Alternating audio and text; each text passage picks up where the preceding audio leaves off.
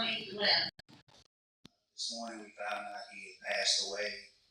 And for those of us who have worked with Jeff over the years, it was a very somber moment. Jeff was a friend, he was a colleague, and if you knew Jeff, you knew that Jeff was not the kind of guy to hold a grudge. He can disagree with you, but yet and still be your friend.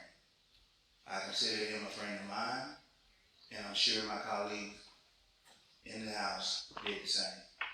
So if you would join me for a moment of silence as we honor Representative Jeff Burkhart.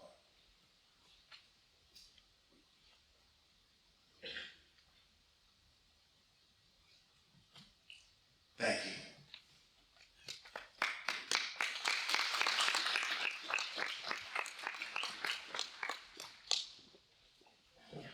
You may be seated.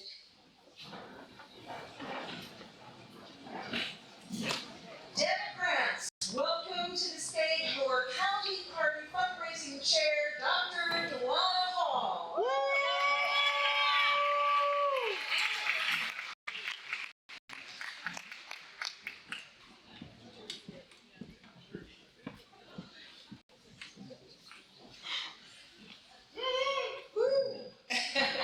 Good evening, everyone. I am Dr. David Hogg, Fundraising Chair for the Montgomery County Democratic Party.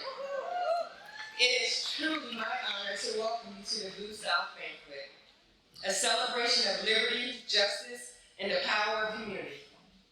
Before we begin, I'd like to recognize some distinguished guests, our elected officials, our community leaders, and if you are one of these, please stand so we can thank you. Please stand so we can thank you. I know there's more community leaders in here. I know there's more distinguished guests. We have honorable guests at our table. Please stand. Thank you. You could have chosen to be anywhere else tonight, but you chose to be here. You chose to stand with us, and that speaks volumes. Your presence reminds us that leadership begins with service and progress begins together. A few housekeeping rules. We have 2 exits in the front, and there's 2 exits to the rear. There's a smoking area outside to this exit door. I feel like everyone's doing. Outside to this exit door right here, and there's a little patio right behind these curtains. The bathrooms are in the foyer area at the end of the hallways. Oh, in the back we have the bar, and yes, it's open. Most of you already figured that out. So. Tonight we gather as Democrats, neighbors, family, and friends, united by one bold mission: to move Tennessee forward and turn this state blue. Look around you. Every face represents courage, commitment, compassion, and community. We believe in a Tennessee where leadership looks like us, listens to us, and definitely fights for all of us. We believe in liberty and justice, and that's a promise we intend to keep. Welcome to an evening of good food, great music, great shopping, wonderful company, and an even greater impact. The silent auction has begun, and for tonight's festivities, I'd like to remind you that it is now open. We invite you to browse these exceptional items, generously donated by our community partners, volunteers, friends, and local businesses. These items include fine dining, experiences, priceless artwork, handcrafted pieces, gift baskets, and so much more. Bidding will be announced. The close of bidding will be announced 10 minutes prior to closing. So make sure your names are on the sheets early. Every dollar raised supports our mission to recruit, train, and elect strong Democratic leaders across Tennessee. So this is our first ever Blue Friday. Woo-hoo. You get to start your holiday shopping right here, right now, tonight. You know, you might just take home a little bit of history, because we have some really good pieces over here. Our volunteers will be closing the auction, and at the end of the auction, you'll get instructions on how to check out for the winning items. Thank you for your generosity and for turning compassion into action. Bid high and bid often. Thank you.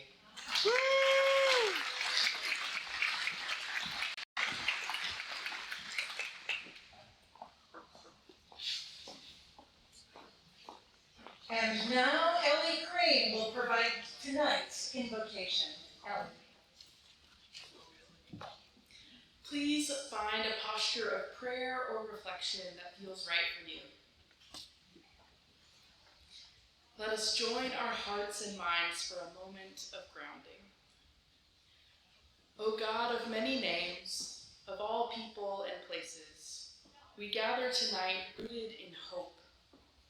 Some of us trust deeply in the systems that shape our communities. Some of us arrive with questions or skepticism, and many of us stand somewhere in between. And yet, it is our shared belief in the possibility of something better that unites us. In addition to our hope, many of us are also grieving. Tonight especially, we hold the Burkhart family in our thoughts and prayers. As we move through this evening and as we look toward the seasons of civic life ahead, may we remember that our strength is found in one another. May we remember that it is our diversity of thought and experience. It is our varied backgrounds, identities, and stories. It is the power of community that carries us forward with compassion, wisdom, and resolve. May we let this reminder power us through when hope feels dim. May it be so.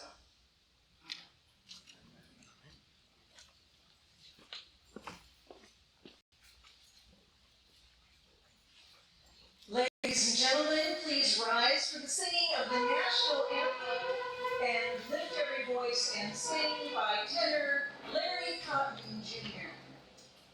Rockets red land, bombs bursting in air, gave proofs through the night that our flag was still there. Oh, say does that star-spangled banner yet wave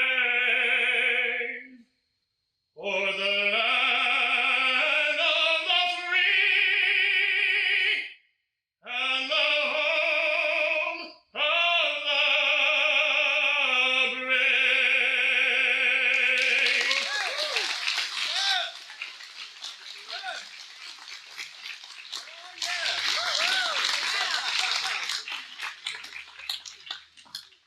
Now for this one, if you'd like to join me, please feel free. Lift every voice and sing till earth and heaven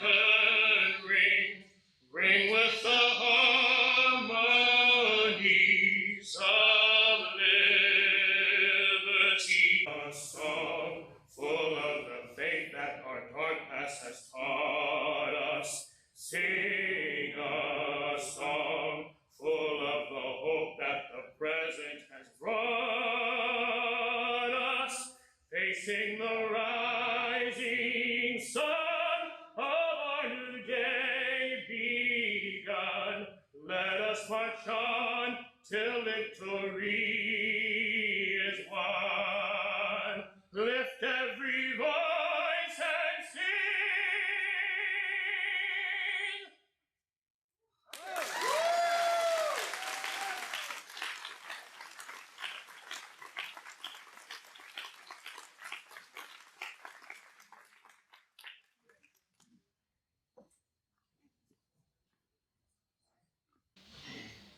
In preparing for this standard today, we reflected on our own relationship to this land and Clarksville as descendants of Inca and Taino heritage.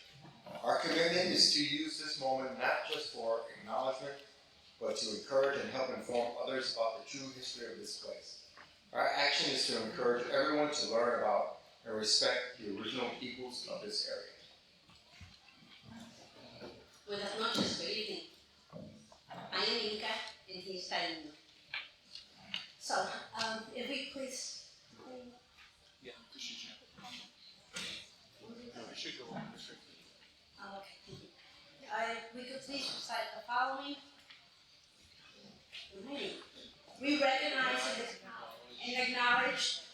gather on historic and ancestral homelands of the Cherokee, Chickasaw, Choctaw, Creek, Yuchi, and Shawnee peoples, who were the original stewards of this land.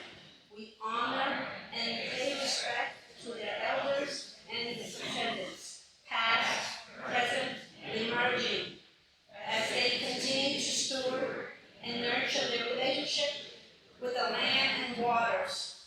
We acknowledge the forced disposition, removal, and reconstruction history of colonization that have brought us to reside here today, and we continue amplifying to religious voices, supporting indigenous sovereignty as a step towards truth, healing, and reconciliation. Thank you, gracias. And now, a message from our fundraising chair, Dr. DeWanna Hall, and our treasurer, Lori Bryant.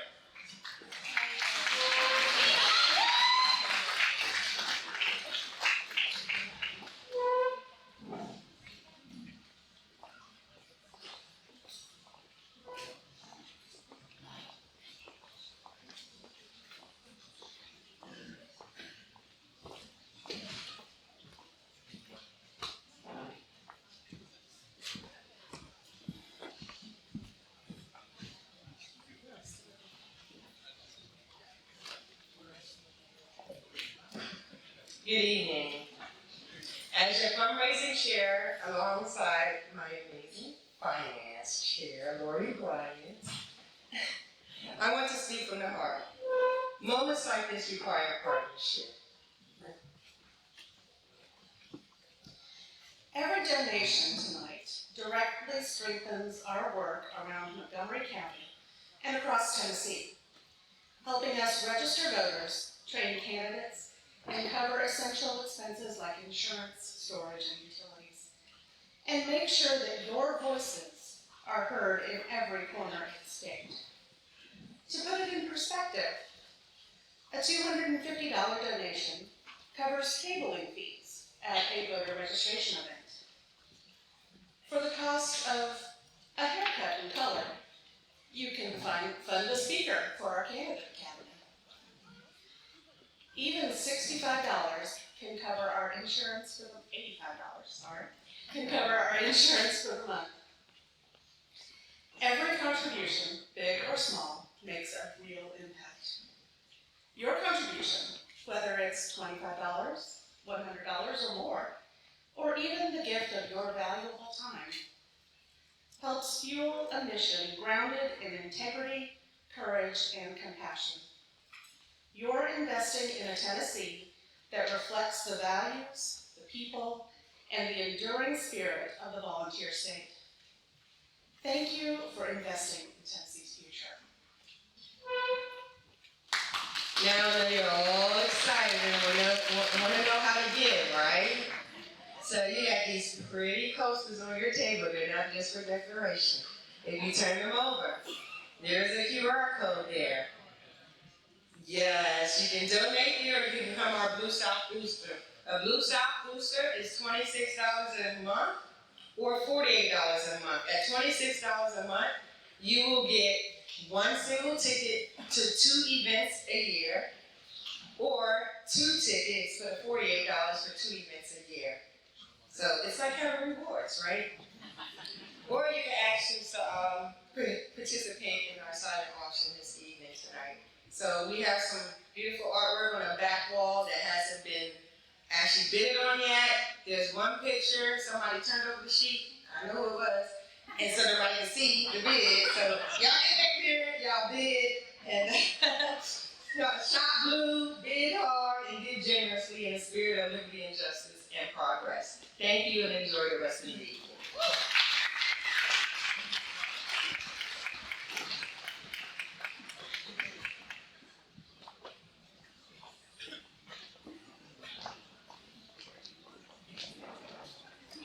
As a special edition of the Moco Den's Gateway Podcast, County Party Communications Chair Rebecca Jansen is joined by Tiffany Perkins, Joy Rice, and Luis Mata for a movement moment.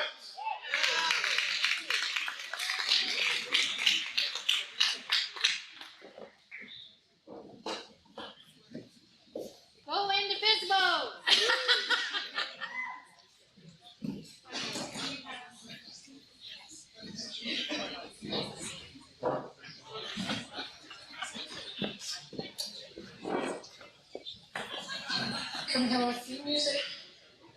We're just starting. Hello, and welcome to the Gateway Podcast, live from the Emerald in Clarksville, Tennessee.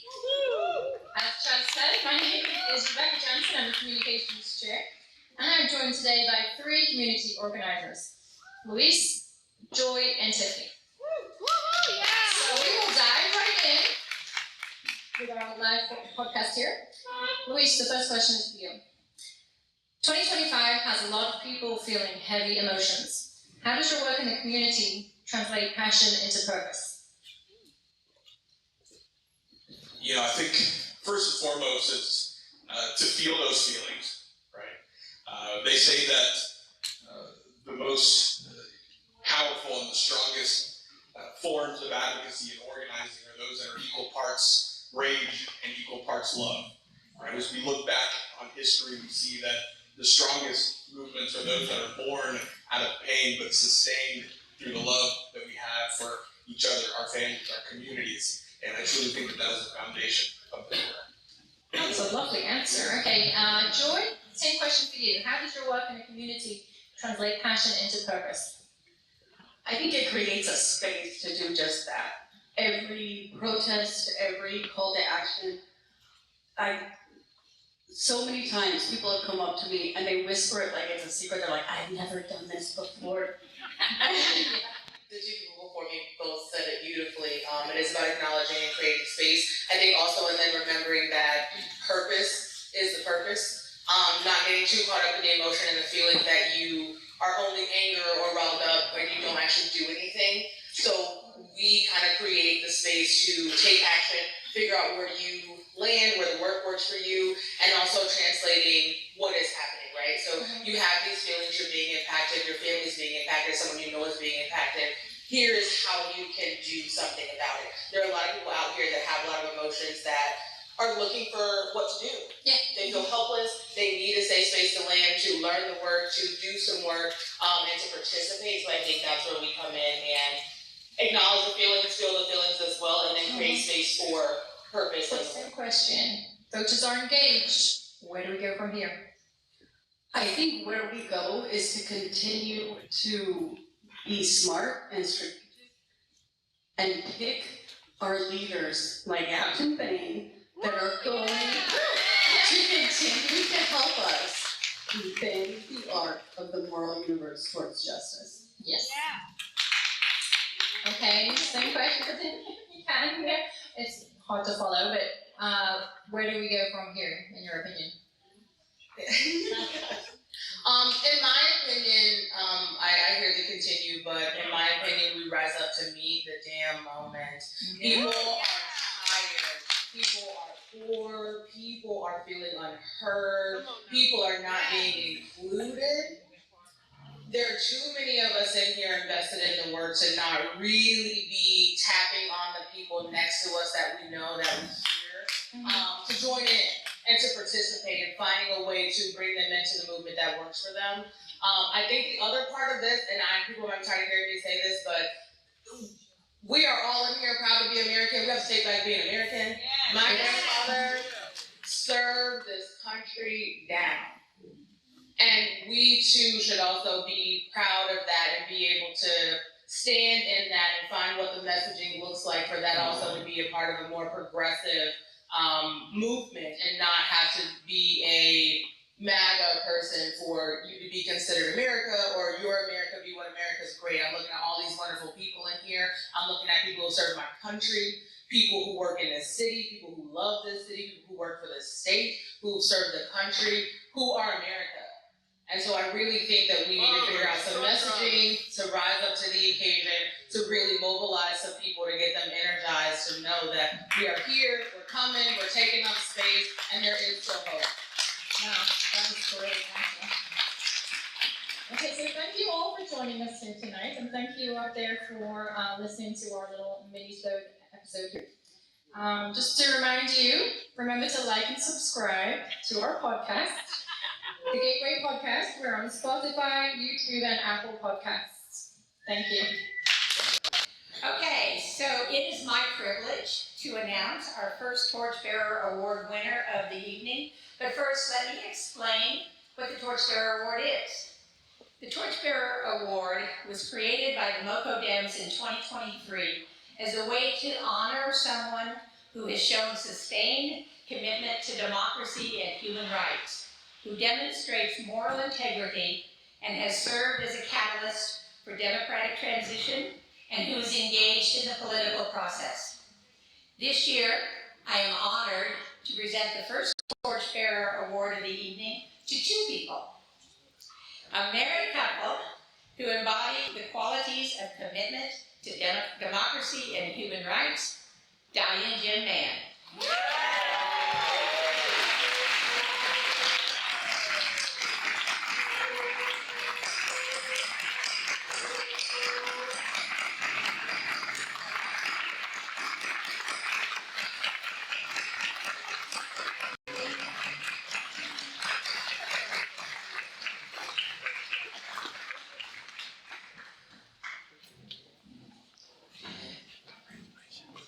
Dottie, Dorothy, and Jim Mann have spent their lives dedicated to service, leadership, and strengthening the Clarksville community they proudly call home. Dottie grew up in Louisville, Kentucky, where early experiences in the city's beautiful parks inspired a lifelong love of trees and the natural world.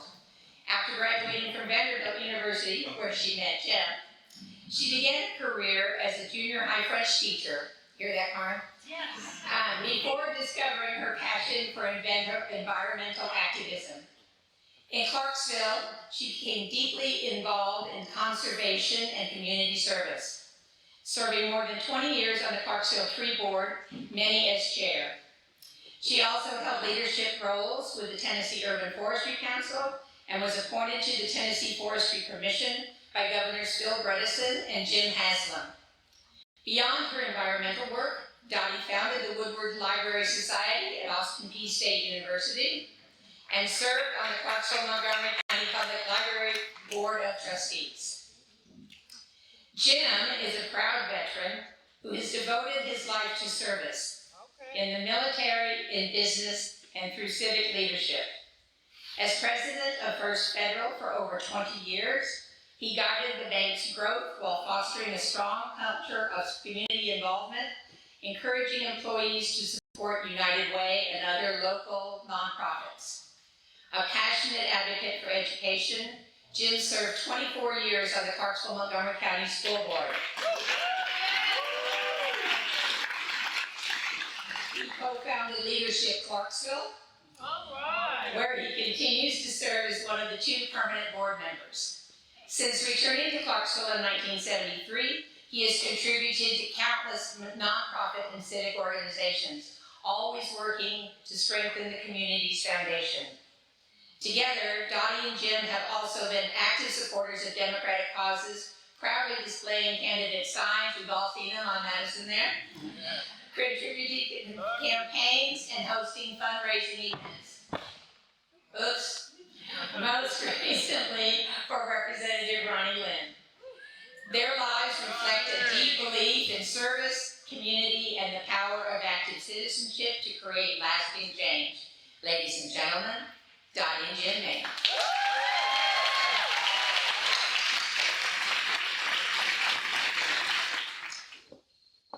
Thank you so much. This is just very special. So.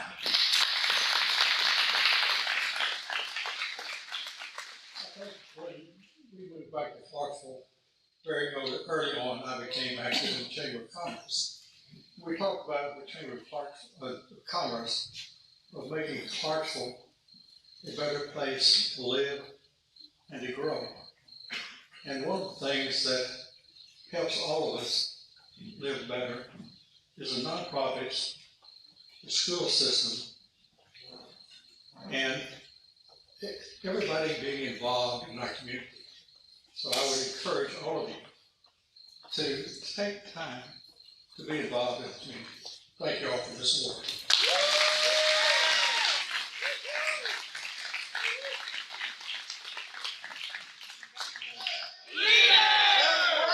So, Montgomery County, we're very proud to have started the caucus program in conjunction with our state party chair, Rachel Campbell. Where's she at? She's back there! She's back there! Woo! So we're really proud. So, well, wait. What's a caucus? Oh, they didn't give you your microphone. Here, take mine. All right. Hi, everyone. So a caucus is kind of like a little community within the larger party.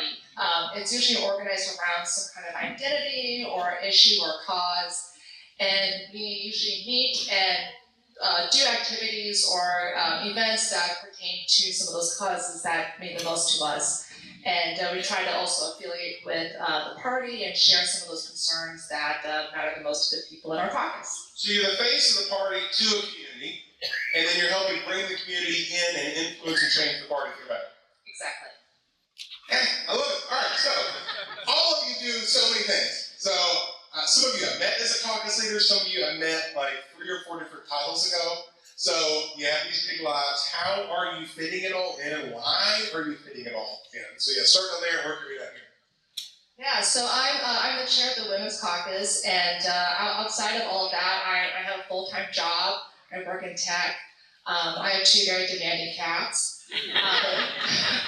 I'm also on the board of trustees for our professional organizing field, but I still find time to get involved in this way because it means a lot to me to really try to affect change. Where are my youths at? Where are my youths? I'm 32. I'm a young Democrat. And so outside of that role, I also wear many different hats. I'm the Events and Engagement Director for Black Clarksville. And then I serve on the Clarksville Queer Funding Board with Chaz.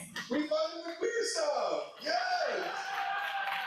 A new title, I'm the Tennessee representative for Survivors for Justice Reform. So just getting that launched in Tennessee. And then I'm also a graduate student at Fisk in their Master's in Social Justice program. And so I think that I make time for it all because I think everything's connected. I think what impacts the community impacts politics, and what impacts politics impacts our communities.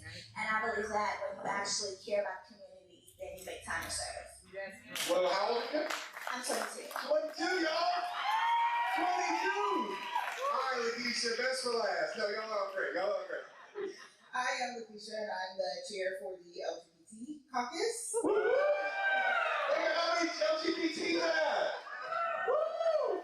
And like the other 2, wear tons of hats. I'm a business owner. I own a HR consulting firm. Dealing with people all day. Yeah. And I'm a mother, a wife, and she's still going. A grandmother. So number 3 is on the way. So wow. Okay. And I am a doctoral student at Austin PE. Oh my gosh. So yes, it's very busy, but I believe in being the representation you want to see. Yeah. And if I don't see something that looks like me, then I have to do that. So yes. calling all of my queers in who look like me to come to the table and come hang out with us. All right, take fun. Let's do it. Table 3. All right, so I want you to keep going a little bit. So we're seeing renewed attacks on the LGBTQ plus community, especially trans folks. How is the community showing up? How is your caucus showing up for the movement? And how are we supporting each other? Yeah, I think one way we're showing up is by being present, gathering, creating safe spaces. Yeah. The 20th, where there's a Trans Day of Visibility, we're putting that together. Lots of things. Community, I think, is the most important, right? And then awareness. A lot of people don't know that their rights are being attacked and how to respond to that. So giving them ways and talking points to write their congresspeople, write letters, phone bank, doing all the things just to be aware so they can keep their rights and being all connected too, right? Like so. Strength. Lean in because unity is how we thrive. Lean in because 2026 starts right now. Lean in and let's send Aftyn Behn to Congress. Let's show the country and everyone else in Tennessee that Democrats are not backing down. We are stepping up. We are uniting, and we will prove that when we invest and when we organize, we can win. Tennessee is still worth fighting for, y'all. We don't see an inch of this ground. It is ours. We are here and we have something to say. Thank you so much. For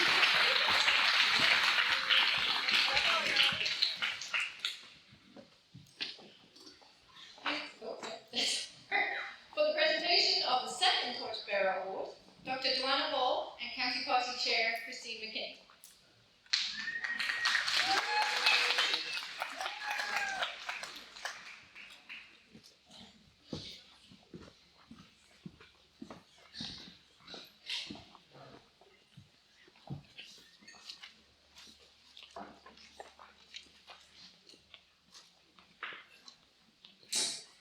Good evening.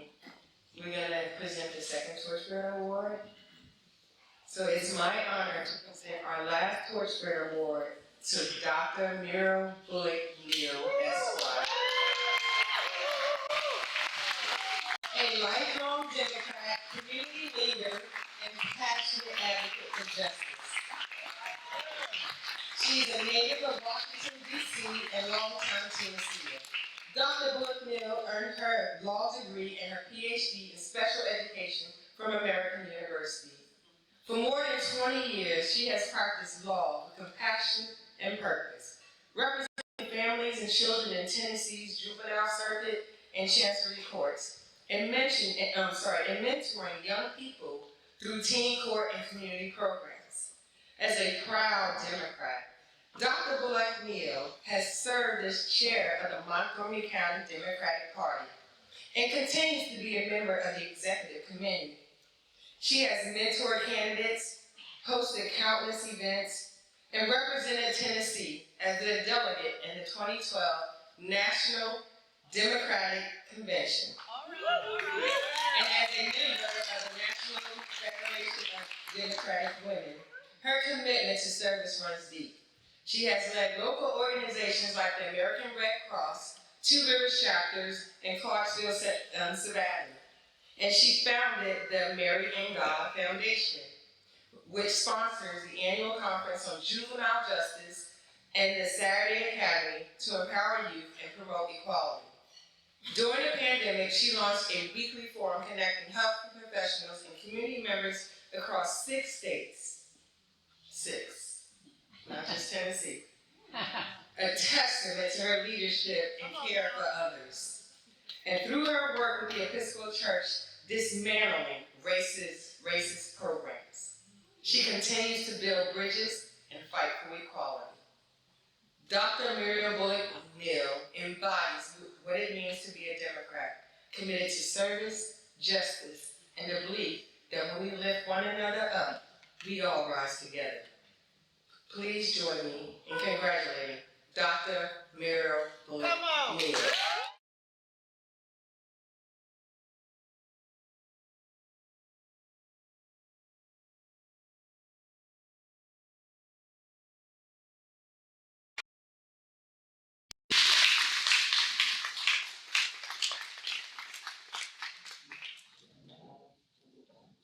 Thank you very much for this honor. I am most appreciative of it. As said, I've been a lifelong Democrat, involved in many organizations and many activities. And I lost words for a second. I'm so honored. I thank God for giving me so many different gifts and talents. So many friends. Special ones, you know who you are. Anytime I call and say we're getting ready to go do X, Y, Z, no questions asked, you come forward. So I'm truly blessed, very, very blessed. And I'm blessed with friends here in the Democratic Party who also have assisted me when I was the chairperson of the party and the different subcommittees that I've been involved in. I'm just very appreciative. And I'm appreciative of my family for allowing me to be so active and involved. My late husband, Dr. Aftyn Behn, and my son and daughter, Mark and Lynette, and my grandchildren, Jefferson, Brinson, and Arthur Lee Neal III. Because it does, when you're involved on this level, you are in and out and gone and doing different things. And many times I have them with me doing things and running back and forth and it gives them the experience to know what life is really about. Thank you again. Lost of words. I'm very pleased, very happy, and I will continue to work and mentor young people who are sitting out in the lounge area. There were 3 young ladies over on the side. Let me go and introduce myself to our future. And I went over and spoke to them. And I got so tickled because I told one of the other ladies when I was sitting beside her, I said, I wonder, are they in high school or college? And I went over, and one was in college, one was working, and one was 39. I heard that one. You know who? Yeah. She looked like she's probably 25 or 26. I was absolutely floored, but I still welcomed her on and said, you all are the future. And for those of us who are long-term Democrats, any questions you have, please feel free to contact any of us. All of us will be willing to help you and mentor you. We need you to run for office. We need for you to be volunteers. As they mentioned, we need for you to knock on doors, host events. There's so much work to be done. This is only the beginning. Thank you very much.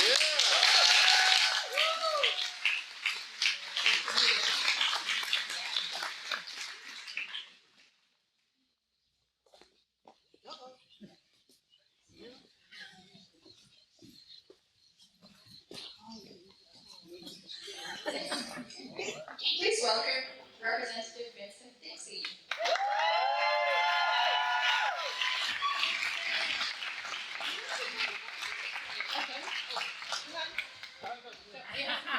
Music.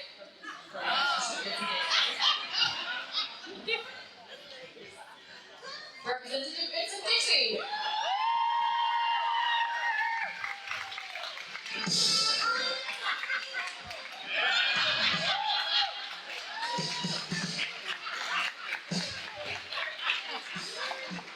Guess they're trying to get me to join the LGBT drop. Alright, listen, this is supposed to be a party.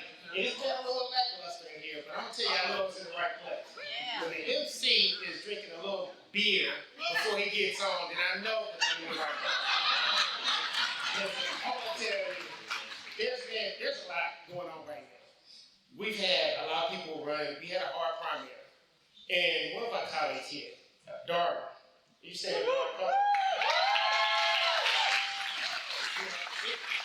we become friends throughout this process. And it takes a lot to take away from our friendship and take away from our families, our work to do this. So thank you again, and I appreciate you sacrificing. I want to say thank you to Ronnie Glenn, too, my representative, he's a colleague. People don't realize our offices are right beside each other.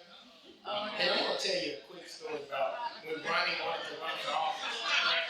They told me, they said, man, this guy wants to run for office. And they said, you probably need to call. And I called, and he was whining and crying. Like, I don't know. I said, listen, man, you've been in the Army for 23 years. You're a jump master. You jumped out of planes. You led men and women out to jump out of planes. Man up. And that's what he's grown into today. I'm proud of you.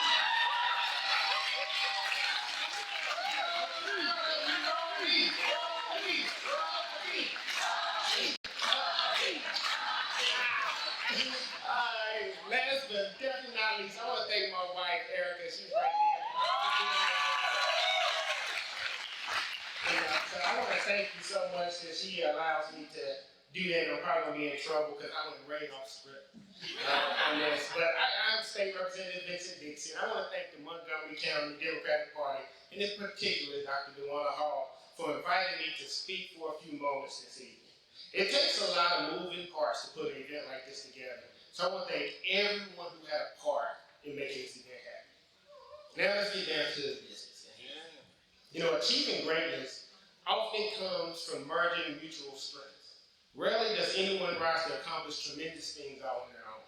But we must recognize the value and the need for contributors in every aspect of the equation who are committed to share overarching goals.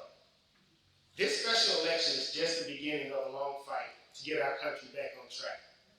It's a long road we have. This is not a microwave. We must continue the excitement, the energy, and the enthusiasm that we have in this moment. The commitment has gone missing.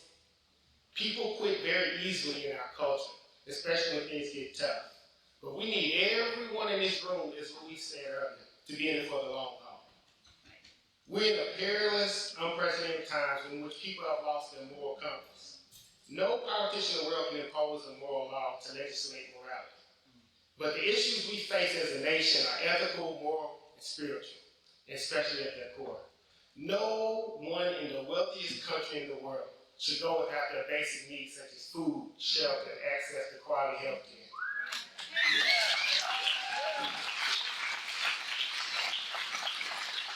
But I want to talk for a moment about the importance of unity in this race and in the future. We must unite and work together to help ensure that we flip this seat. Yes. Unity isn't about getting along. Come on now. It's about getting things done. Yeah. Unity takes place when people join with oneness of purpose. It is working together in harmony toward this shared vision and goal that's going to help us be successful. Unity is not uniformity either. Obviously, I've done this too late. I know you try to remember stuff. But unity is not uniformity either, nor is it sameness. Just as the Holy Trinity and the Father, the Son, and the Holy Spirit, each is unique in its core and essence. Unity reflects a oneness that does not negate individuality. But unity occurs when we combine our unique strengths and talents and skills toward a common goal. It is a sense that the thing we are gathered here for and moving toward is bigger than our individual preferences. So soldiers in the war, they don't care about the color of the person that's next to them, as long as they're shooting in the same direction. So when our communities are facing challenges, or challenging circumstances, and a unified approach to the solution at hand is essential. So united we stand and divided we fall is not a catchphrase to post on social media or our bumper stickers. It's the absolute truth. But there's nothing courageous about doing something you know that you will succeed without any opposition. Courage occurs when we rise to do the impossible. And we're about to do the impossible. We're about to do the impossible. So it is my pleasure to introduce you to the person who will do the impossible. Our Democratic nominee, Representative Aftyn Behn.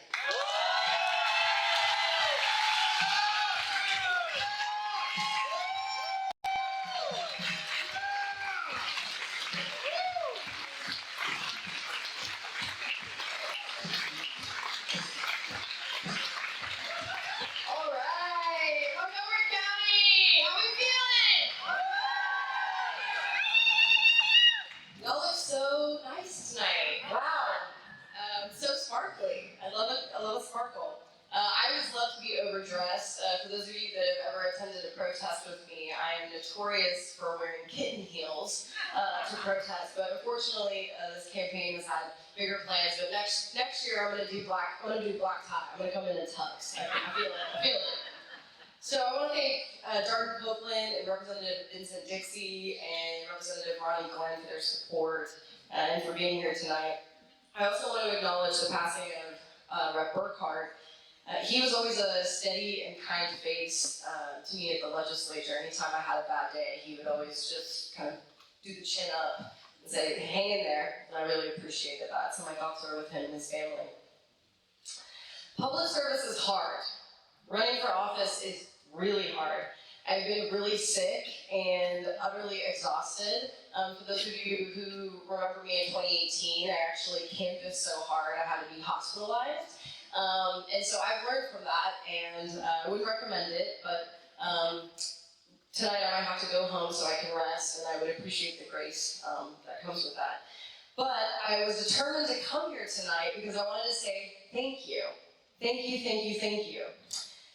You also may have heard that I have a big fan who mentioned my name last night on a call.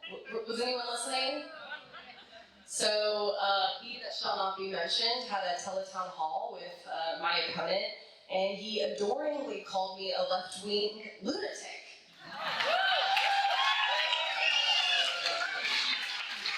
But I was grateful because at least he pronounced my my name right. So, you know what? I thought he was gonna launch into Ivanka's so much prettier. She's so much blonder than Aftyn Behn. He didn't get there. He didn't get there. Not this time, but who knows? I'm excited. I'm excited. But what a time to be alive. What a time to be alive. I'm so honored to be in front of you all tonight. Thank you so much for consistently showing up and spending the last few years rebuilding your county party. You are organized, yes. You are organized, you are fielding incredible candidates, and again, you have stood strong for public schools. And everyone across the state has noticed your activism and organizing when it comes to standing tall for public schools.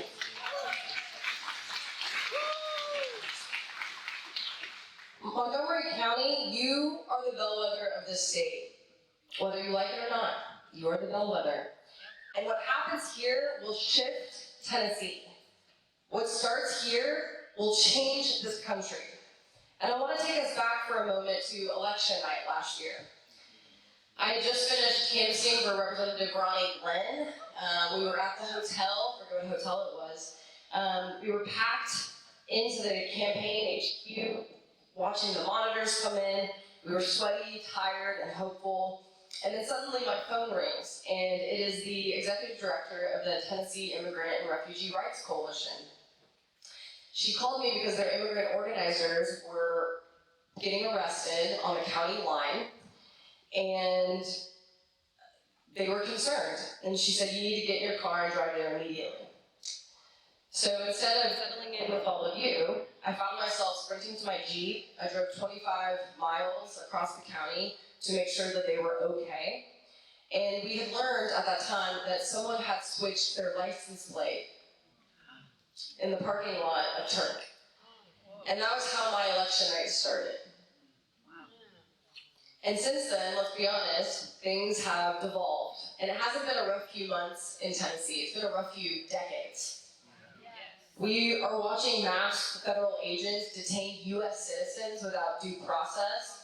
We have seen Tennessee be ranked as the most dangerous state for workers in the country. Families can't afford groceries, they can't afford rent, utilities, and somehow the Billionaire Boys Club keeps telling us that we should be grateful, that this is the best we're gonna get. Montgomery County, do you think this is the best we can do? No! Hell no! During this campaign, I've talked to veterans who are fighting tooth and nail for their disability compensation that they should have received 20 years ago. I've heard from workers at the Social Security office who haven't been paid in 2 pay periods because Washington is so broken that they can't get a paycheck. I've met parents in Clarksville who said, if these ACA subsidies expire, we have to pull our daughter out of soccer just to afford health care. I refuse to believe that this is the best we can do, and I think you all refuse to believe it too. W.E.B. Du Bois once said, as goes the South, so goes the nation. And Montgomery County, the entire country is watching what you all do here in the next few weeks. Republicans are turning out to vote here, all right? They are. And for those of you that have been spending your countless hours and minutes and days hustling on the phones and at the doors, I see you. You are the reason that this race is competitive. In fact, I just talked to a friend today in DC who said they are sweating. They are sweating. You got my opponent launching canvases. I've never seen him knock a door, but you all forced him to launch canvases in your county and do the work because they see that you all are putting in the work. And they know this race is competitive and it's scaring. It is scaring them. For the rest of y'all, it's time. It's time. We need you knocking doors. When you knock a door of a voter, they are 40 to 60% more likely to go vote because you have a conversation with them. And I can attest to a lot of stories I'm hearing in Clarksville. The conversations are going incredibly well. People are tired. They are tired of the cost of living. They are tired of the chaos of Washington. And they are looking for you all to be there at their doors, offering them a remedy, which is go out, vote in this election, vote for Aftyn Behn, and turn the tide of politics in the state with us. So we need you knocking doors, we need you calling your neighbors, and we need you reminding this community what democracy actually looks like. It's not a spectator sport, but it's a shared responsibility. Because the truth is, the people in power, they want you tired, they want you sick, they want you cynical, and they want you hopeless. But we know that we're not only committed to winning this race and flipping a congressional seat in the South,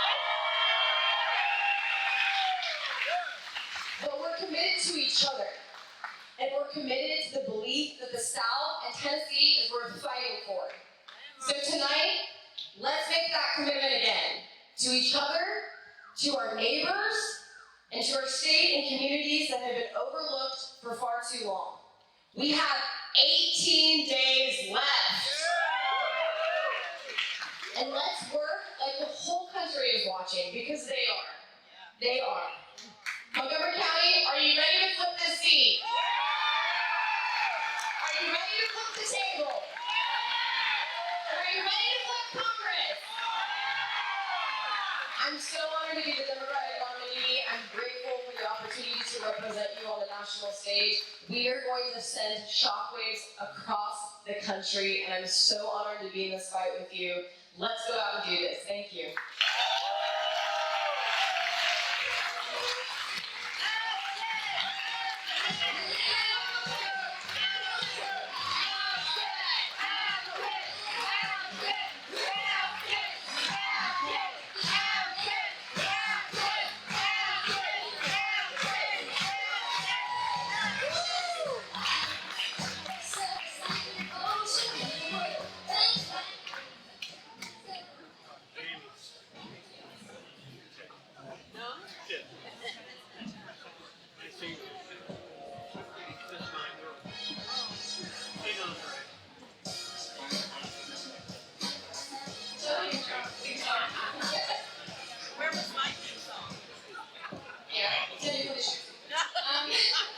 Now, for tonight's final part on the Gateway Podcast, Representative Ronnie Glynn is joined by Commissioner Rashida Lambert, the Honorable Karen Reynolds, and Garfield Scott for candidate moments.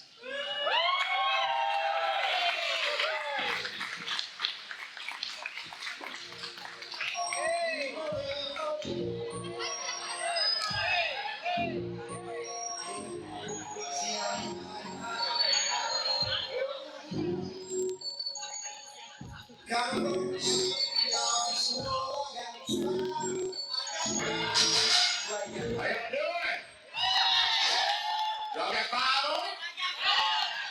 I got 10. 10 cents. Everybody doing all right? So we've heard a lot of great things tonight, but we also heard some foolishness from Representative Dixie. So let me address that. I got 5 on him when this is over. All right, then, y'all ready for this? All right, tonight we're going to talk about candidates. We've heard from some great speakers, but we need to talk about candidates and what it means to run for office and what you can look for when you run for office. Because it's so important. When I ran for office 5 years ago, it was because one of my fellow soldiers saw me like a post on Facebook. All I did was like it. I wasn't the only one that liked it. There were a lot of people that liked it. But somehow, she said, well, what about you, boss? I said, no, I'm not into politics like that.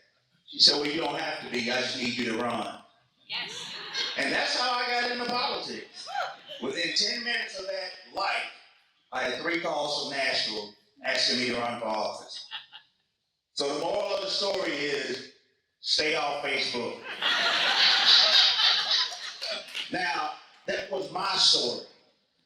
But Commissioner Lever, you had a little bit of different experience. How did you decide to run? I didn't. I was asked, and one of the people who asked me to run for office is sitting in this room. So y'all give it up for Robert Lewis over there. Quick story, I was on my way to church a Wednesday night, and y'all know I go to Christ the Healer Church, which is predominantly African American church. I walk into the foyer, and there's a young white man standing there. Automatically, I'm like, okay, what is happening? And he says, are you Dr. Leverett? I said, yes. He said, good, my name is Cliff Ritter, and I am the candidate recruitment for the Democratic Party, and I want you to run for county commissioner. What's a county commissioner? And immediately he said, don't worry about it, I'm gonna train you, I'm gonna teach you everything you need to know. You're gonna go to a meeting with me on Monday night, and I'm gonna show you who you're gonna run against, and we're gonna get it done. And I sat in that chambers, and I saw where decisions was made, and I knew I needed to be in that room. He said, that's who you're going to run against. He showed me my opponent. He took me downtown, walked me through the ballot, got the ballot signed. As soon as I got the ballot, I got everything done, and I was on the ballot, my opponent called, and he said, Ms. Leverett, how does it feel to win your election in February? He said, I've been waiting for someone to run against me. I'm going to pull my ballot. Oh. So that's how I won the first time. But the second time they came after me. And they came hard. But I'm gearing up for term number 3, and I hope to get your support. All right, thank you, Commissioner Leverett. And so that was a little bit different than, being tricked. But anyway, we got all the Reynolds here. Karen, now you started out as an activist before you ran for city council. Now, how does going from an activist to being a candidate, what is the big takeaway from that? So I started in, like many of us, after 2016, I realized that you could no longer sit on the sidelines. So I was a Department of Defense worker by day and protesting my elected officials in the evenings. I just knew that we had to do something different. I was an organizer for Clarksville Indivisible, and I learned very quickly that if you wanted to make a change, you had to get a seat at the damn table. Yeah. You could stand outside and shout all day, but the decisions are being made inside. Yeah. Right. I had to wait because of the Hatch Act, so when Ward 9 opened, I decided it was time for me to run. Out in your district, in District 68. First, give an honor to God for giving me an opportunity to be here with all my great friends, and everybody's here tonight. Representative Ronnie Glenn, the way I started, I saw our campaign going. I said I was not going to concede any part of my district to no one. I know this district like the back of my hand. That scar is on the back of my hand when I was 12 years old. That's how I know Clarksville. My grandmother was here. My mom, dad was here. I'm here. My son, daughter's here. My grandson is here. I know Clarksville like the back of my hand. We used to be a farmer. We farmed all over Clarksville at one time. I was a truck driver for many a year, drove millions of miles. I know what our infrastructure needs. I know exactly how corporate accountability, grocery tax. Every time we turn around, just like last year when I was running my campaign, I said that $2 billion that they gave away to the fat cat. You always imagine these billionaires is boo-hooing, crying all the time. If they can't make a word about us, if they could have took that $2 billion and get away with the grocery tax, man, would that not help everybody in the state of Tennessee instead of just a handful of degrees? But I love Clarksville, and I'm planning on running again next year. Mr. Scott. Yes, first I want to say you get your friends close to you and you have a counseling session with them, and they will steer you in the right direction. Charles Uffman, we was in Nashville at the state capitol, and we was coming back home, and I told him, I said, man, I think I can do this. I said, well, I know I can do this. And that's what it takes, but you got to have a sounding board, because there's a lot of things you don't know about it if you never did this before. And in so doing it, money is a key to this. You have to fundraise. Fundraising is a major part of, mean, you have to get out there, make calls, knock doors, and befriend a lot of people because money means a lot in order to get your campaign moving in the direction that you need. Because flyers, calls, everything costs a ton of money nowadays, especially when you're an unknown product like myself. Well, I really wasn't unknown. I know a lot of people. But that's how it is right there. Garfield Scott again.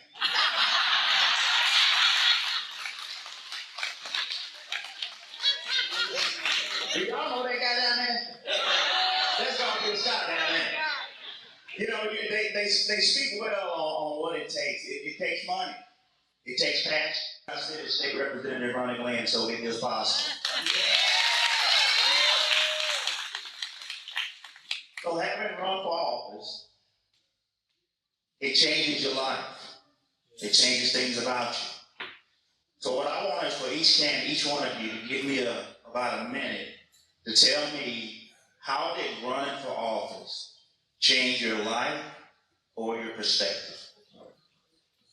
Well, it started with me since I have the mic, Garfield Scott. Well, the way it changed my life, I met a lot of great people in Clarksville. I mean, when we was out canvassing and you just sit there and listen to them and they can tell you about things in Clarksville. I mean, my mother was like, she had the gift of gab, and that's the way I am. My mother and I could sit and talk for hours on top of hours. I mean, that's the way when I was out canvassing, you know, I met so many amazing people here in Clarksville from all walks, from black, white, Latino, I mean, women, men, gay, straight, every type of person out here. And that gave me the motivation to keep going like that. On days it was over 100 degrees. I stopped being so nice, and I stopped walking into rooms with these rose-colored glasses because I realized that power was different.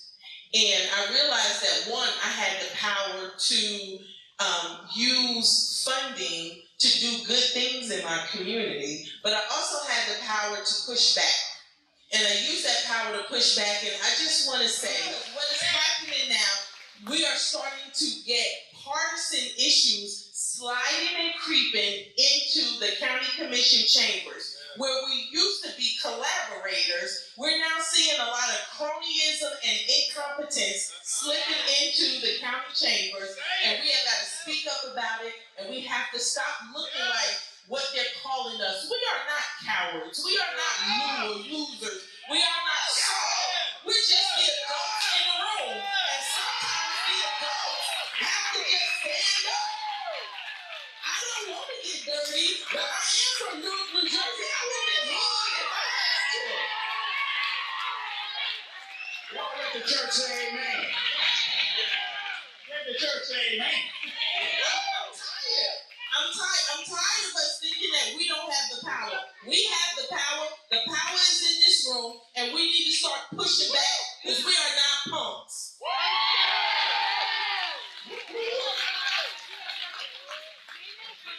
What she said. But I'd like to add one of the things that it changed, and it kind of tags onto the story. One of my biggest disappointments, I think, on City Council is learning you can show up and do all your homework, and you can come in with all the facts, and the mayor is still going to side with the developers and vote against sidewalks. Right. And then the newspapers in town are going to cover his ass and not report the damn story. These things happen. But it's important for all of us to know, win or lose, we make a difference. Every time you stand up, every time you stand up to the bullies, you make a difference. And we continue to make a difference. I was grateful Rashida and I stood together many times from the city to the county, and that makes a difference in all the circles. So please, we need all of you. We're talking some of the toughness about running for office, but there is so much gratitude. I've made some of my best friends on the campaign field. I've made more friends, and I have so much gratitude for everyone who showed up, knocked doors, and supported me during my campaigns. And that is what we will continue to do, and we will continue to make a There you go. Y'all give it up for y'all. Karen Reynolds, Commissioner Leverett, and Mr. Garfield Scott. Y'all give it up for them for what they bring to the table. And listen, folks, don't be ashamed, don't be afraid. It is not easy, but it's not undoable.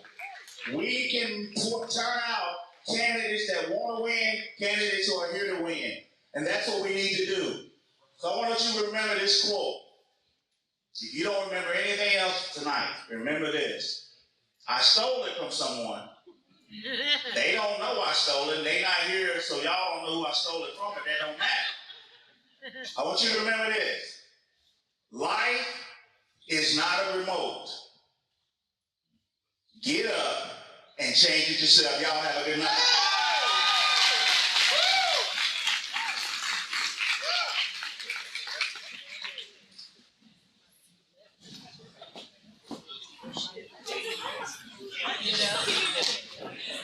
Okay, so everybody remember to like and subscribe to the podcast.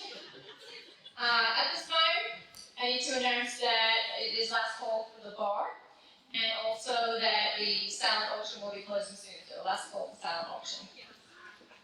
All right, Democrats, we're in the final stretch here before our keynotes. I want to bring to the stage right now my best friend in politics, Taylor Ray.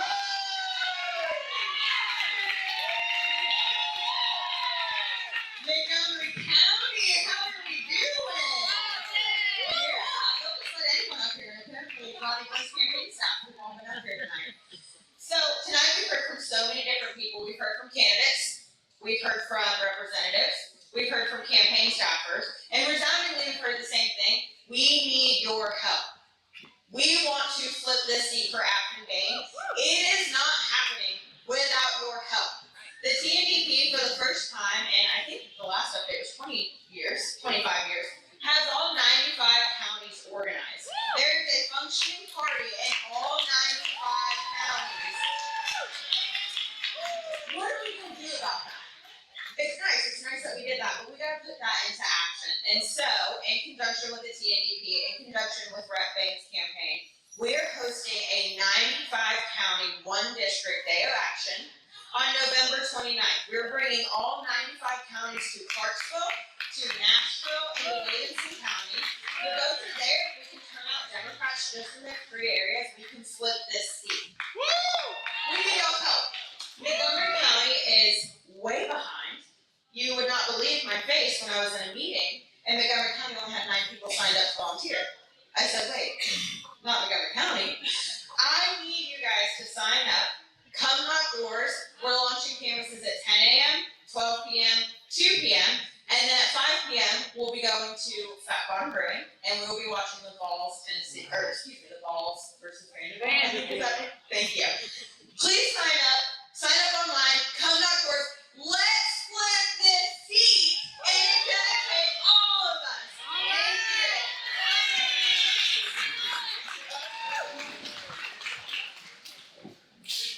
All right, Democrats, where we at? Are we here? I'm very proud to introduce to you your 2025-2026 Montgomery County Democratic Party Chair, Christine McKinney.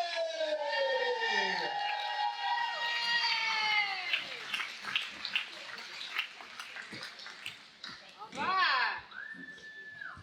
It only has 5 minutes there. I'm going to talk longer. Oh, no, that's Hi, everybody. Get over to the right script here. My mic is not on.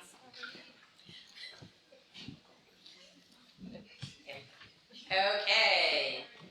I just need to get it right. All right. Well, good evening, everybody. Thank you all for being here tonight.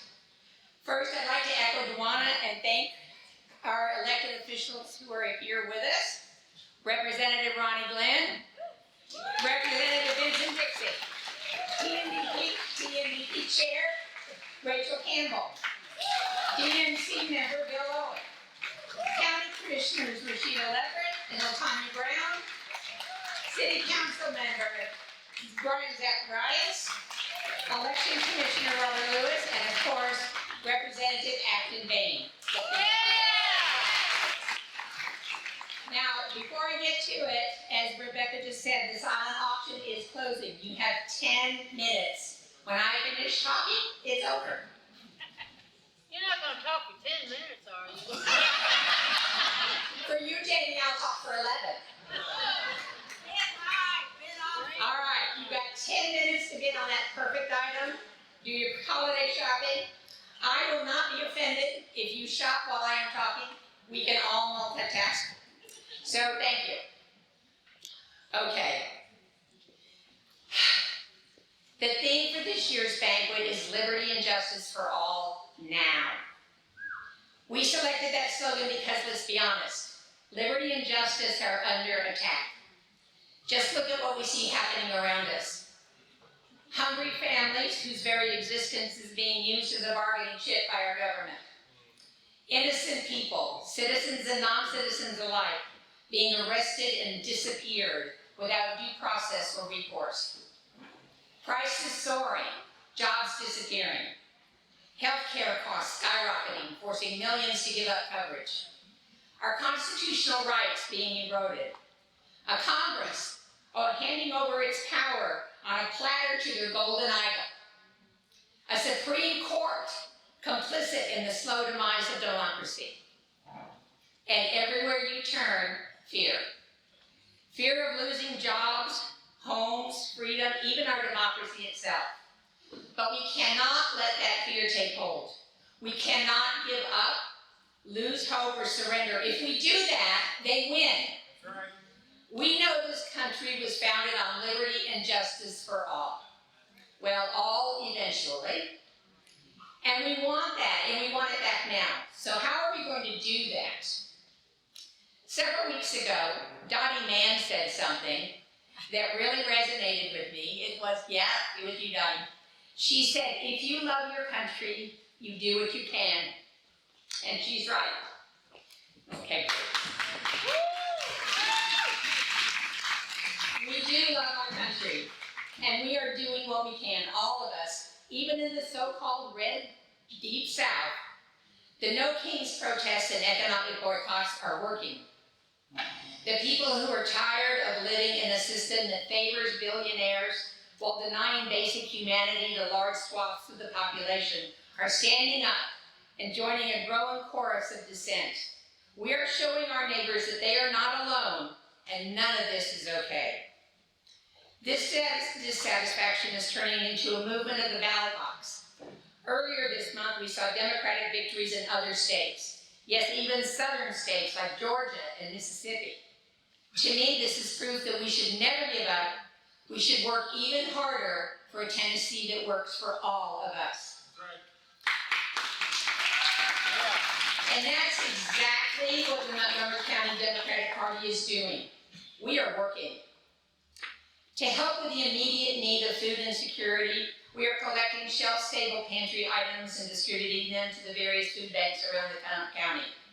Since the shutdown began, we have collected approximately 500 pounds of food. And more is coming in every day. To all who have donated for our community and continue to do so, we thank you.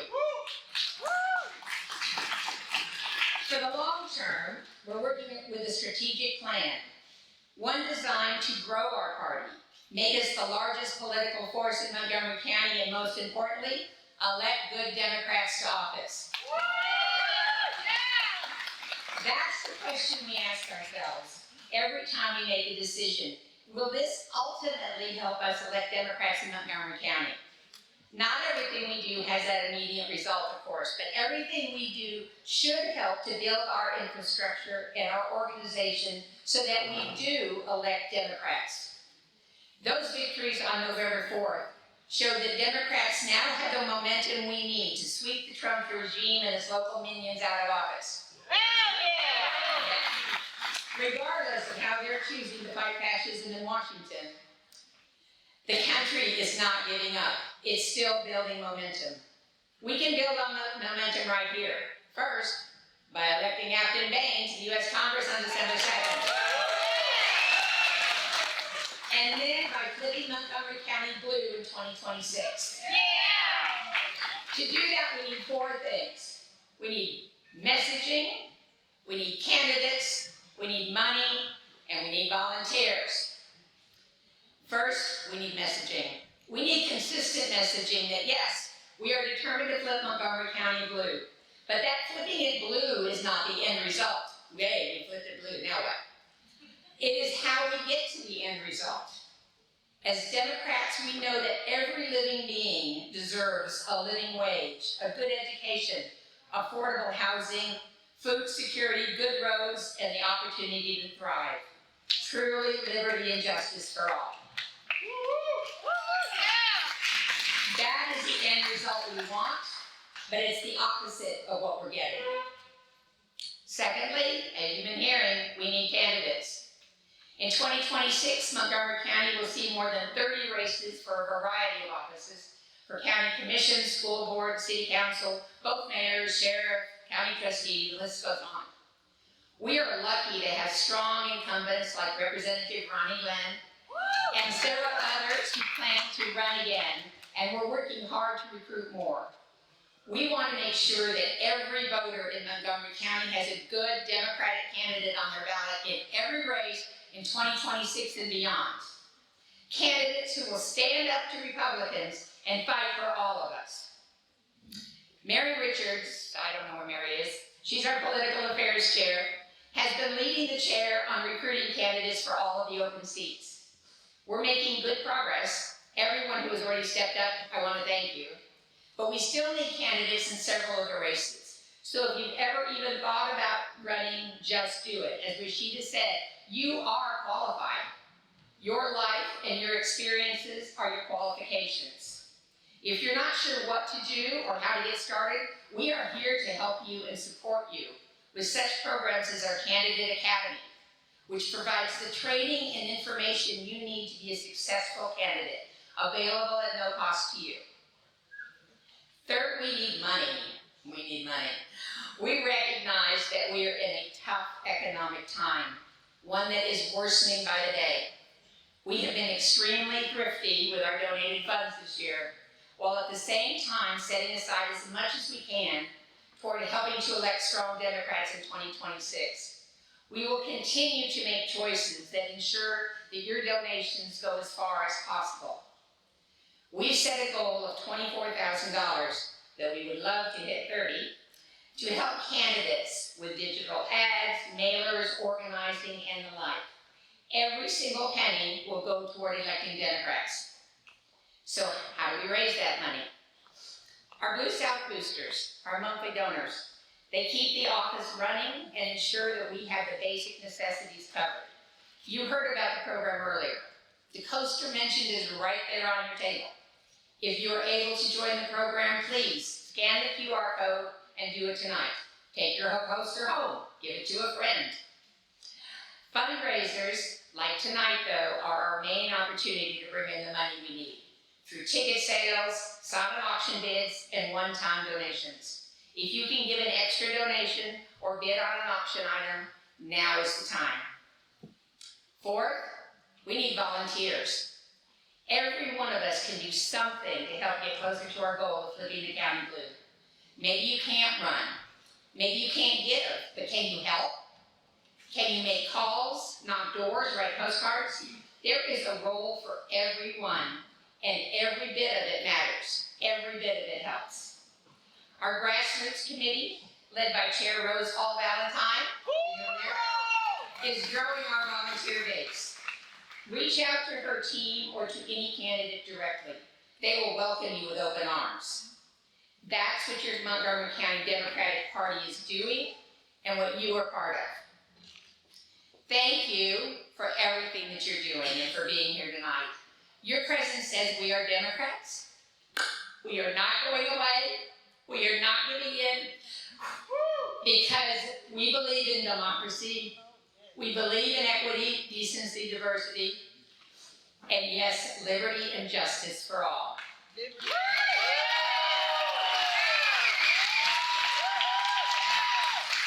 is all possible.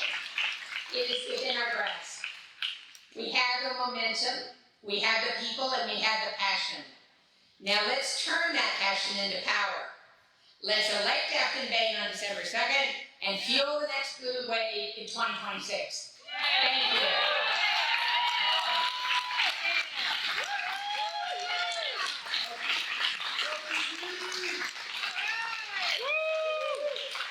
Okay, thank you. Now, David Hogg.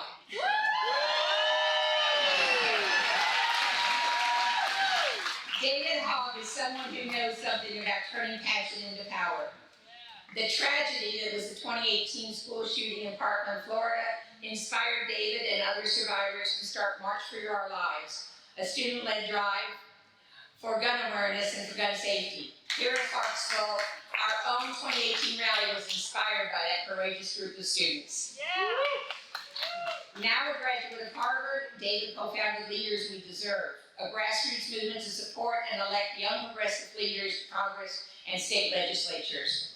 The aim of this organization is to defeat the far-right agenda and move our country forward in a vision that leads to everything we just talked about, a positive future where all people can thrive.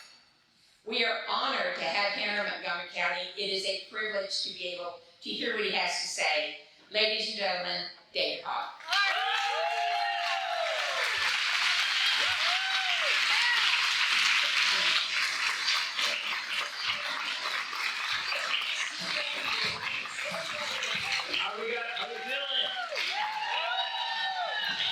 How are we feeling? You guys ready to win? Are you ready to win? Amazing. Well, first of all, thank you guys for that. Sorry, I'm getting older, so I need glasses now. First of all, I have to say thank you all for having me, especially to some of our candidates that Leaders We Deserve endorsed last year here in Tennessee. Allie Phillips, for one. And Louise Mata, of course. Louise. I also have to thank Karen Reynolds for helping lead the March for Our Lives here, and the young people who marched right alongside you. Thank you for being part of the intergenerational movement to address gun violence. Of course, thank you to Aftyn, who I believe is left, but shout out to her, obviously. And thank you all of you for being here. It's an honor to be here speaking with you all tonight, and I want to reflect on what the past 8 years have meant to me. As many of you know me through my work with March for Our Lives, but I want to fast forward a few years to 2022, when I was just a junior in college at the age of 22, making calls for Maxwell Frost, who was running for Congress in Florida at the age of 24. And when Maxwell called me, we knew each other because I hired him to work at March for Our Lives. I was in my freshman year of college, and I needed to hire somebody to help take on my role in March. So I called Maxwell and asked him to take the job. And the first time, he turned me down. And then the next day, I took a Spanish test that I did not do too well in because I'm dyslexic. And I called Maxwell and I said, "You don't understand, I have to pass this class. I need you to take this job." And he said, "Okay, fine, I'll take it." And then he took the job. 2 years later, he calls me up when he's 24, and he says, "David, I have good news and I have bad news. The bad news is I'm leaving March for Our Lives." And I said, "It's okay, I passed my Spanish class." And he said, "But the good news is," I'm running for Congress." And I said, "Maxwell, that's great, but you know you're 24, right? I'm pretty sure you have to be 25 to be elected to the House of Representatives." And he said, "Yes, thankfully I'm better at math than you are at Spanish." And at this point, I never really supported anybody running for office before. Because in March for Our Lives, we wanted elected officials to endorse us as a movement, not the other way around. Because we felt so let down, obviously, by our decades of people who collectively failed. Even if there were people fighting hard enough, objectively failed because my classmates paid the price for that. But with Maxwell, I didn't see him as a politician. I saw him as a friend. I saw him as an organizer. somebody who, since the age of 15 years old, had been fighting against gun violence after he saw Sandy Hook on the news. And in his Democratic primary, there were many other much more accomplished and experienced Democrats. Two of his opponents were former Democratic members of Congress, one of whom was a hedge fund manager while he was in Congress, and the other committed tax fraud while in Congress. Sometimes experience matters, but you know what matters more? Integrity. And courage. Because the 8 senators that just pulled in on this field in Washington collectively have over 120 years of experience. What they lacked was not experience, it was courage that they lacked. Everyone said that Maxwell can't do this. He's too young, he doesn't have the experience, even though he had spent a decade advocating and organizing in his community against gun violence. Fast forward just a single year later in his race, I went from protesting outside of the White House, demanding that they create the Office of Gun Violence Prevention, to sitting in the Rose Garden, watching Congressman Maxwell Frost introduce the President of the United States for the creation of the Office of Gun Violence Prevention at the White House. Within a year, I went from protesting outside of the White House to sitting in front of the President of the United States in the Oval Office, talking to him about the office that we just created, because Maxwell's first piece of legislation he introduced was to create the Office of Gun Violence Prevention. And that office oversaw the 2 largest one-year reductions in gun homicide ever in American history, totaling about 25%. So tell me, what can't young people do?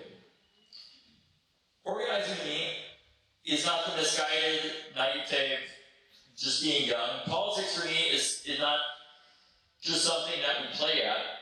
Fighting for me is not the quest for handouts.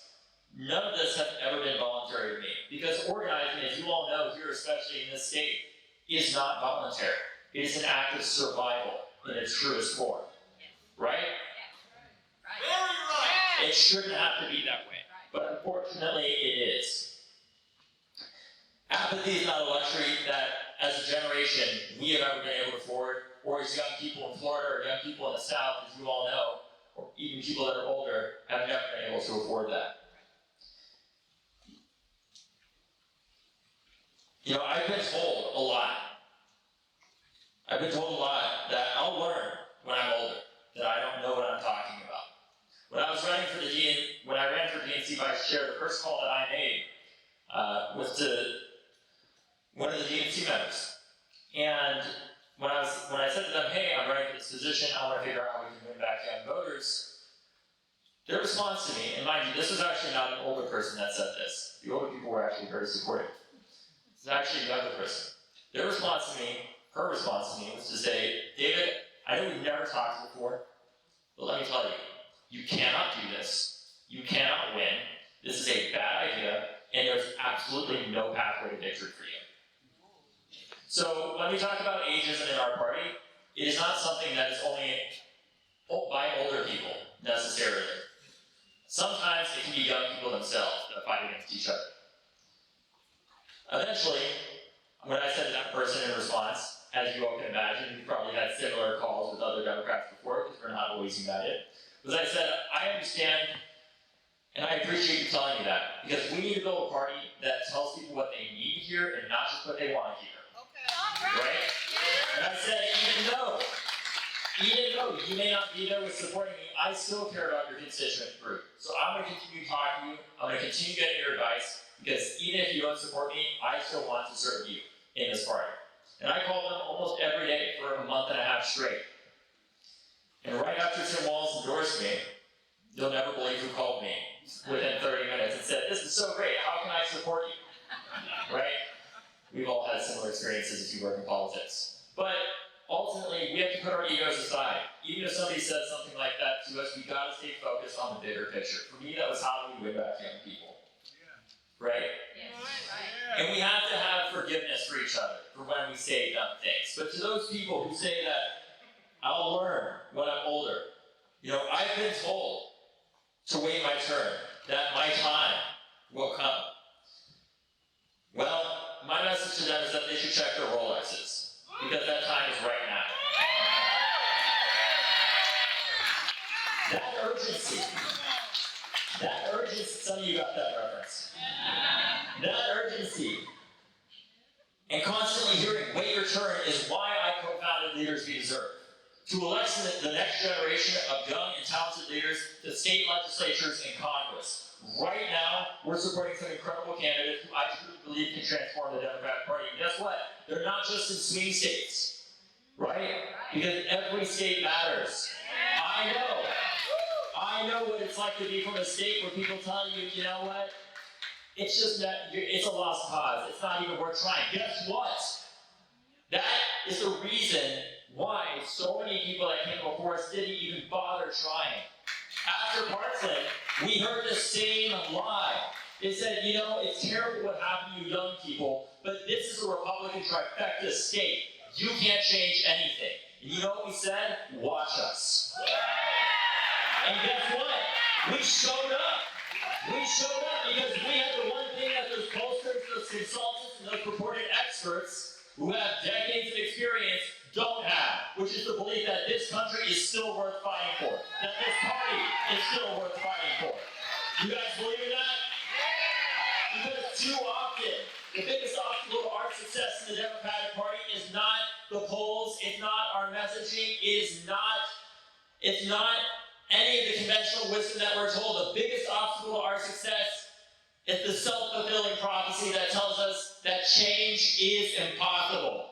And I'm here to tell you tonight from the state of Florida that we have a message for you all here in Tennessee. It is possible. Because after Parkland, if a group of teenagers can show up by the thousands with their parents, with teachers, with grandparents and others, and we can march with people like Karen by the millions around the country in one of the largest student protests in American history, and change gun laws, and raise the age to buy a gun in Florida to 21, and pass a red flag law so that when somebody threatens to shoot up a high school, or in one instance somebody threatens to kill my own mother, we have the right to remove that person's firearm, because we understand that is not a responsible gun owner.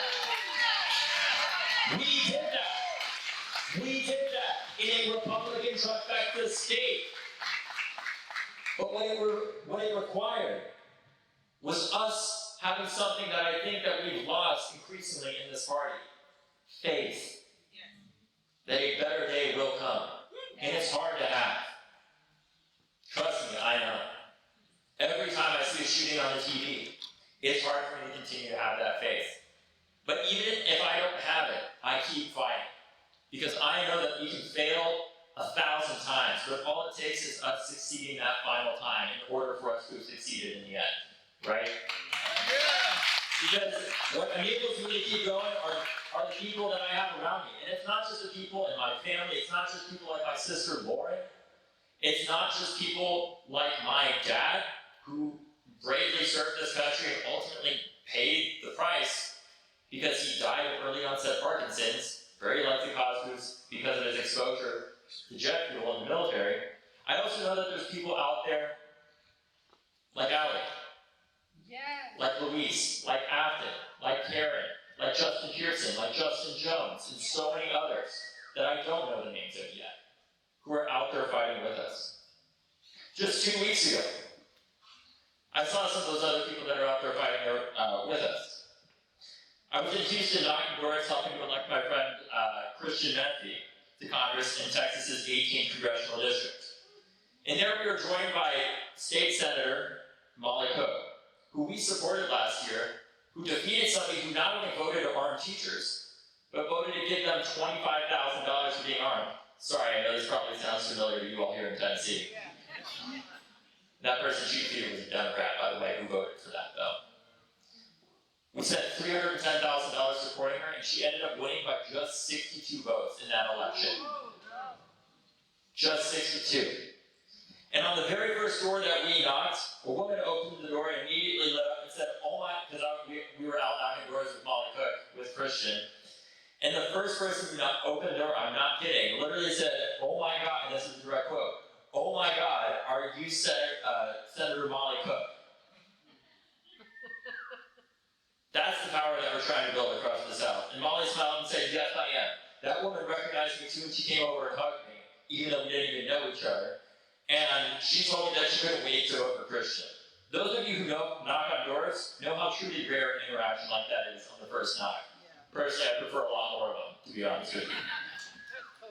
Then, the next day I went to Atlanta to knock doors for Akbar Ali. One of his friends is here tonight, actually. He's one of your young Democrats.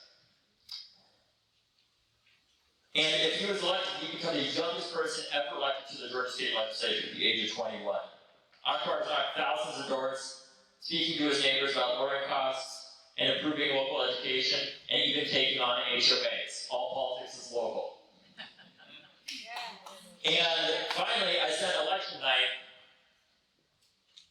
watching history be made as leaders reserve endorsed candidate Zoran in New York City won the mayoral race. During his acceptance speech, he spoke to the disillusionment that many have been feeling about our party. He spoke to the young voters who turned out for him not just twice as much as they did for Kamala Harris in New York City, but 3 times as much for 18 to 24-year-olds. He spoke to those young voters who've never known, frankly, not nearly enough, the Democrats as people who deliver, and only tried to fight against Donald Trump. And what he said was that convention has held us back. We have bowed at the altar of caution, and we've paid a mighty price. Too many working people cannot recognize themselves in this party. Too many among us have turned to the right for answers to why they've been left behind. But I know that those young people can be won back. Because we saw that last Tuesday, right?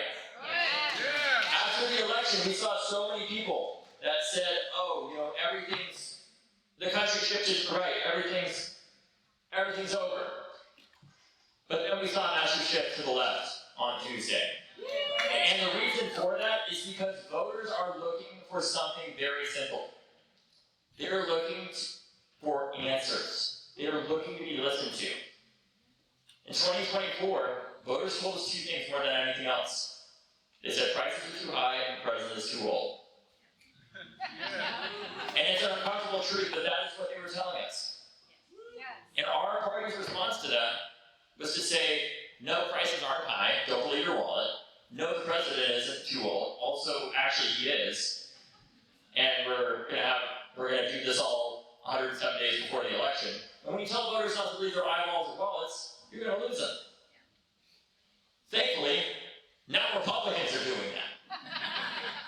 Except this time, they're paying an even bigger price because they just got completely trunched across the country on Tuesday night.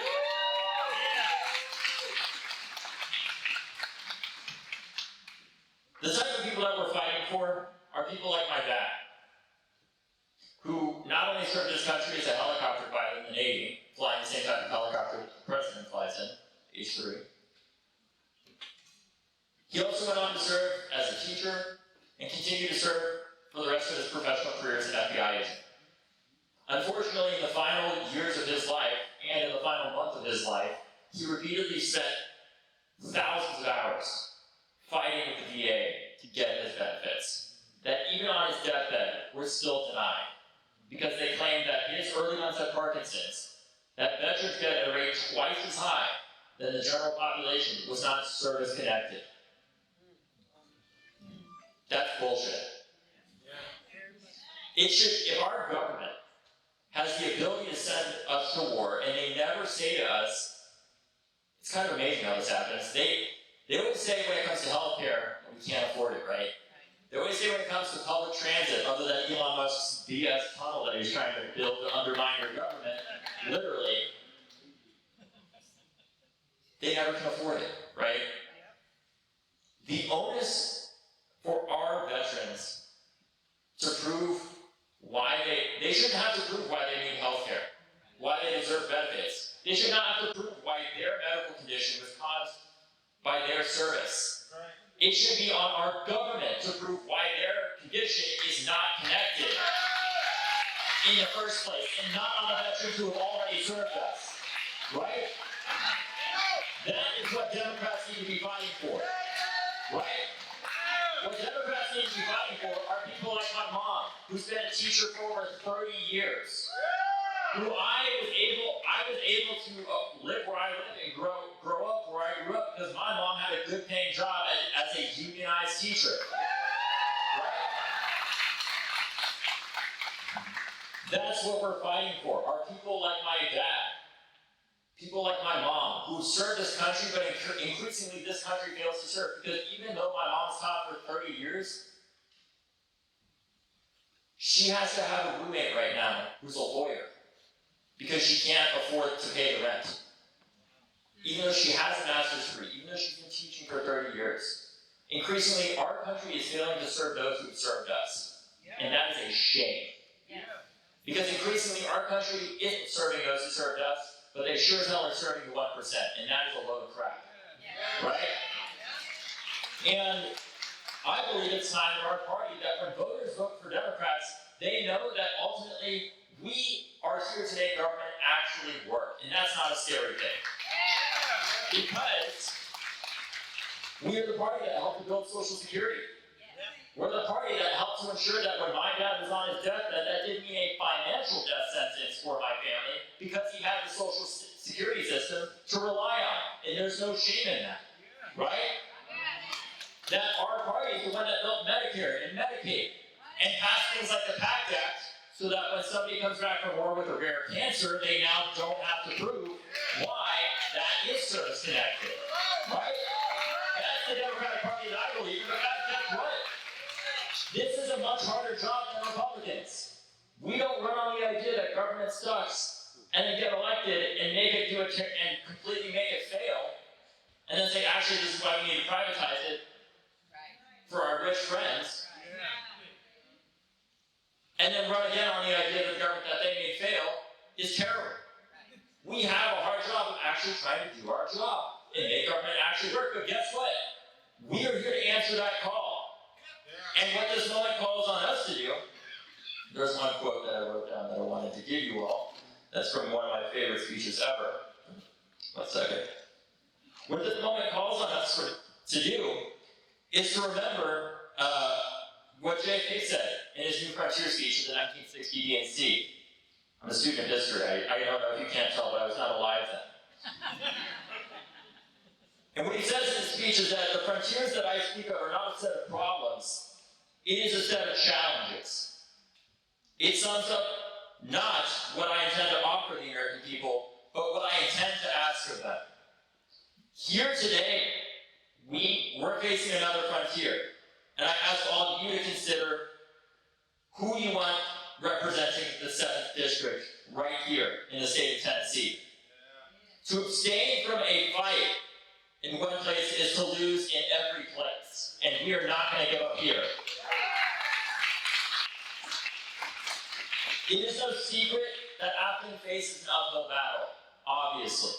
But progress does not slide down the slopes. Progress trudges up the snowy hills, one grueling step at a time, and I'm here to take that step with you all. And that fight is being led by Aftyn. This race is supposed to be a layup for Republicans, affirming the idea that they take nobody seriously. Well, I can tell you, they're taking Aftyn seriously now. And that's because of you all. But we aren't there yet. We have a lot further to go. Right now, Republicans are scrambling to throw money into this race. But we know that we can out-organize their cash. Because while they have cash, guess what we have? The people. Right? And tomorrow at 2:30, I will be knocking doors with Aftyn, Tennessee Young Dems, and hopefully some of you. Are you going to join me? Are you going to join me? I need you to join me because this country needs to be reminded that not all hope is lost. That if we can show right here in Tennessee that we can turn things around, that you all can win in this district, we can send a message to millions of families like my own that this country, while it has continued to fail those who have served us, We are coming back to ensure that our country serves them, right?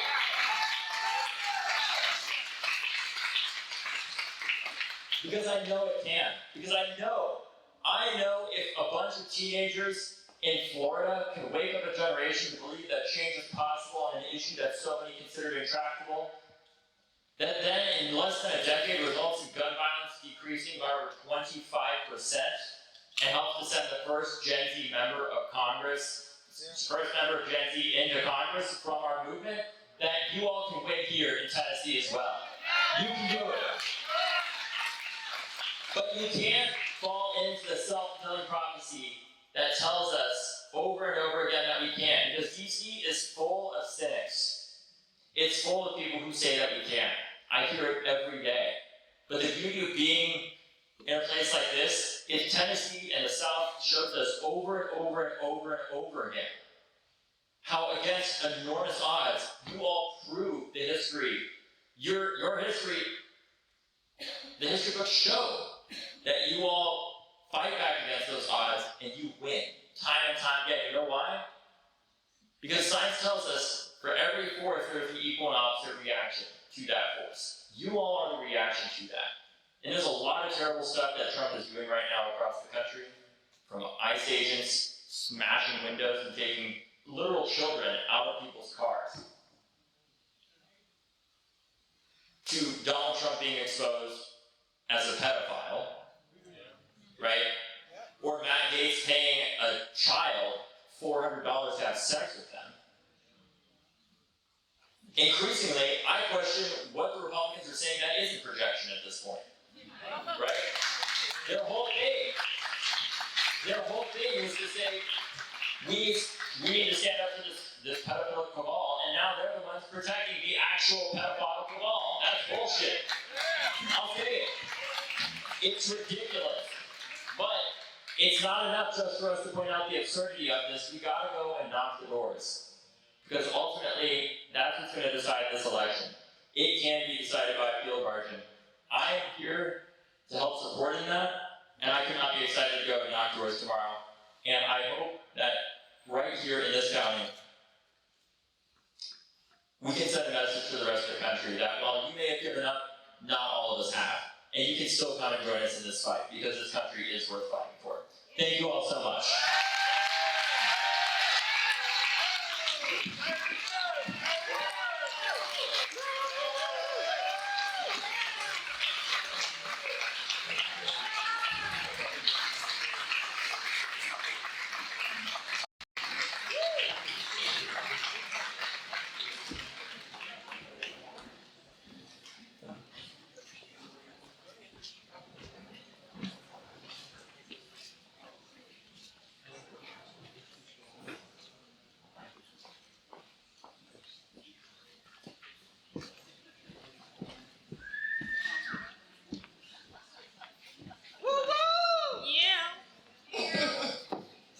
Jersey earlier, so you know.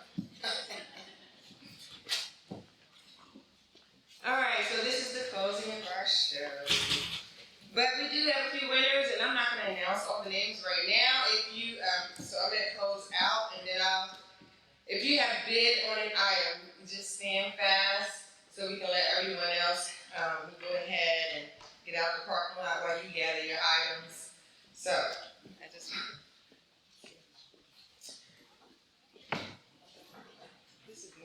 cold.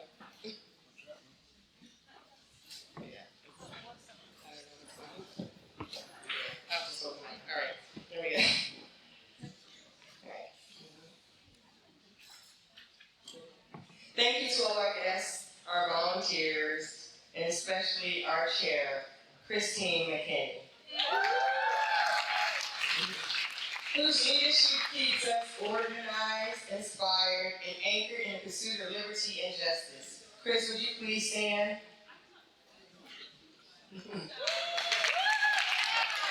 To our special guests and our speakers, thank you. And to our donors, our volunteers and community organizers who show up consistently, continuously, and wholeheartedly without hesitation. To each of you, you rise. Because you are the the strength that holds this entire movement together. Everybody up. If you're a volunteer, a super volunteer, regular volunteer, anybody who's made a phone call, knock the door. Everybody. So we've heard your frustrations and we won't sit on the sidelines while you demand more. Our actions will match our voices because the work ahead is urgent and it's overdue. So let's bring this fire into every conversation, every call, every canvas and every vote, and even every donation. Let's drive this blue wave right into the gateway of the Blue South. Together, we're not just making history, we're ensuring liberty and justice for all. Thank you, and have a good evening. Auctions. So here's the names for the auctions. Item 1, Anna Sanders. Item 2, Leanne Beach. Item 3, Lucas Rudd. Item 4, John Wallace. Item 5 and 6, Dr. Britton. Item 7, Red Mills. Item 8, Chloe Morrison. Item 9, Maurice Hall. Item 11, please go outside into the foyer area, get a QR code, scan and pay for your item, and it will give you your receipt to return to the auctioneer. Item 13 is Tiffany Luna. Item 11, Rose Lyle. Item 14, Charlene Torres. Item 15, Peggy Bonington. Item 16, Deanne Luck. Item 17, Jim Mann. Item 18, Dr. Britton. Item 19, Nina Cotto. Item 21, Chloe Morrison. 22, Josh May. 23, Joy Rice. 24, Dexter Mons. 25, Ori Dorsey. 26, Dexter Mons. 27, Joy Rice. 30, Misty Roberson. 29, Peggy Bonington. 28, Trevor Laws. 34, Erica Dixie. 49, Misty Roberson. 35, Ellie Crane. 36, Lucas Rudd. 37, Barbara Bennett. 38, Chad Uckelman. 39, Jean Mayers. 40, Cody Dahl. 41, Chloe Morrison. 42, Suzanne Atkinson. 31, Peggy Bloomington. 32, Ori Dorsey. 54, Melanie H. 51, Tiffany Sisson. 53, Chloe Morrison. 45, Jean Marcero. 46, Charles Uckelman. 48, Raymond Dearman. 50, Katie May. 52, Joy Rice. 44, Bria Banks. And 43, Chris Campbell.